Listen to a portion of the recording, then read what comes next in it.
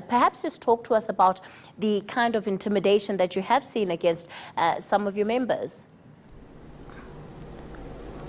Yes, let's just start. We must distinguish between wage negotiations and criminal activities. If you have a situation where infrastructure is sabotaged, if you have a situation where the electricity supply in South Africa is destabilized, if you have a situation where workers are assaulted, and if you have a situation where your members are threatened that their cars will be burned down, that their houses will be burned down if they want to keep the lights on, it has nothing to do with wage negotiation. It has everything to do with criminal activity, and then in that specific case, Eskom and the police must come hard on those specific workers. In this stage, at this stage, our members are in power stations. They must sleep tonight in power stations to try to keep the lights on. And while they are in the power station, outside, there's other criminals threatening them that they will assault them. That's simply not acceptable at all. We have a situation in South Africa where we need power stability, and then we can't afford criminal elements at Eskom. Number one, are your members sleeping tonight? And have you informed Eskom about the intimidation that awaits them outside? So are they actual scenarios that you can give us where the police need to be deployed to tonight in order to quell whatever tensions you're speaking about? With no doubt, there's actual situations at power stations where there was threats of intimidation, where criminals stood outside the power stations and threatening workers if they come out, they will be assaulted.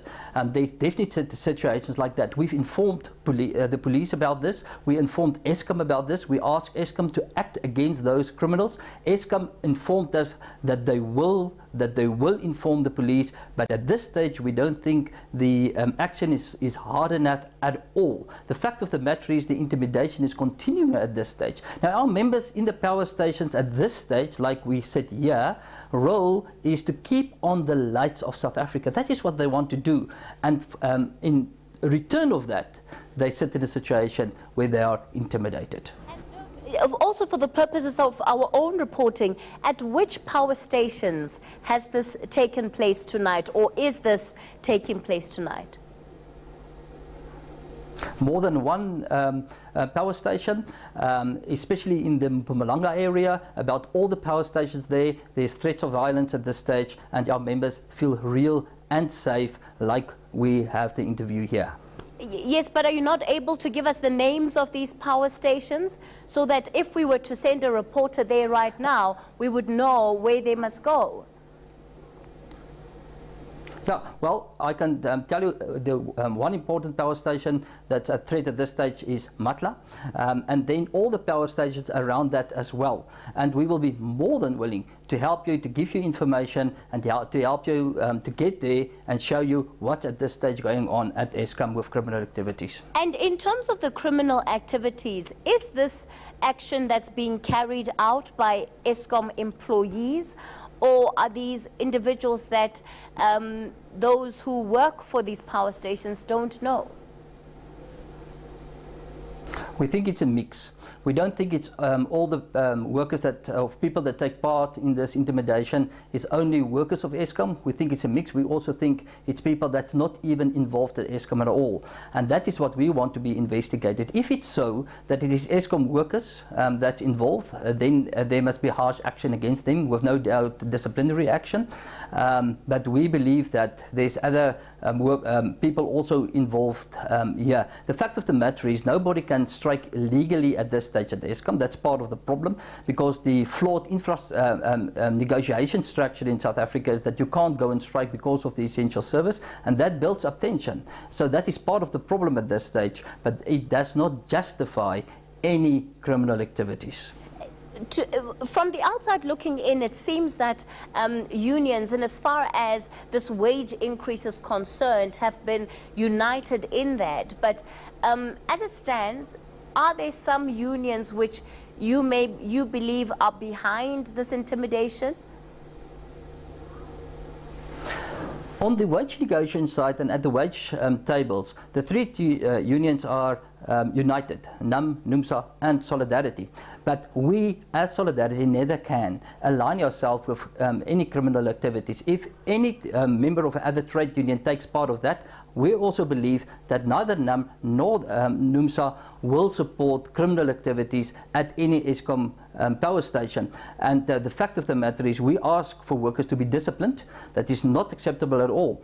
But we believe that the trade unions around the negotiation table can work together. But we can't work with any person that actually sabotage infrastructure and destabilize the South African electricity infrastructure. A little bit earlier on Newsnight, Dirk, I spoke to Kulupasiwe of Eskom, and he said the unions are to blame for this because it is your members rather, that are threatening other Eskom staff who want to work and they're not being given that opportunity. Our members from the Solidarity side at this stage is at work. That is our members that keeps the lights on at this stage in the power stations. And the fact of the matter is they are intimidated. And I'm afraid part of the people that intimidate are other workers. And whether they are trade union members, I don't know. Whether they are not trade unionists, I don't know. But the fact of the matter is that the Solidarity members are doing the thing that we are expected from them, and that is to keep the electricity stable at this stage. The fact of the matter is they are intimidated. Our members are the people that at this stage are intimidated while working at the power stations trying to keep the lights on of South Africa. And that's not acceptable. We can't support that at all. Given how big a problem this is, because it has literally put the country back into load shedding, which the last time we had it yes, ended up as an absolute crisis for this country. So given how serious it is, will you be consulting with the other unions about trying to firstly identify who these individuals that are responsible for this intimidation are, and secondly ensuring that action is taken against them, perhaps not leaving it just solely in the hands of Eskom? Yes, we feel strong about that. We will definitely, we had discussions today with other trade unions as well. We ask other trade unions also to make sure that their members don't take part in this. We expect this from them. And definitely at this time, the last time we had the situation, there was intimidation, there was load shedding because of unlawful action, and they left the people. They did nothing to bring them to books. At this stage, from Solidarity side, we're starting with investigation. We're starting to ask people to identify criminals that took part in this, and we will not stop at this time. The fact of the matter is, it is not acceptable. We can't allow this. Hopefully, the CCMA indicated that they want to intervene.